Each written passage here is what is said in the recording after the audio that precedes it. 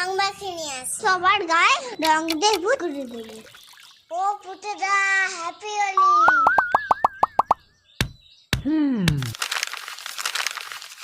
ওই খেবি, হ্যাপি হোলি। কি রে, এই সময় রং দিচ্ছিস? দাঁড়া, তোর হচ্ছে। ইসুদা, হ্যাপি হোলি। এই তেরে বেল বাজালে, ও মা, ও চিৎকার তুমি, হ্যাপি হোলি। ও পুতেরা, হ্যাপি হোলি।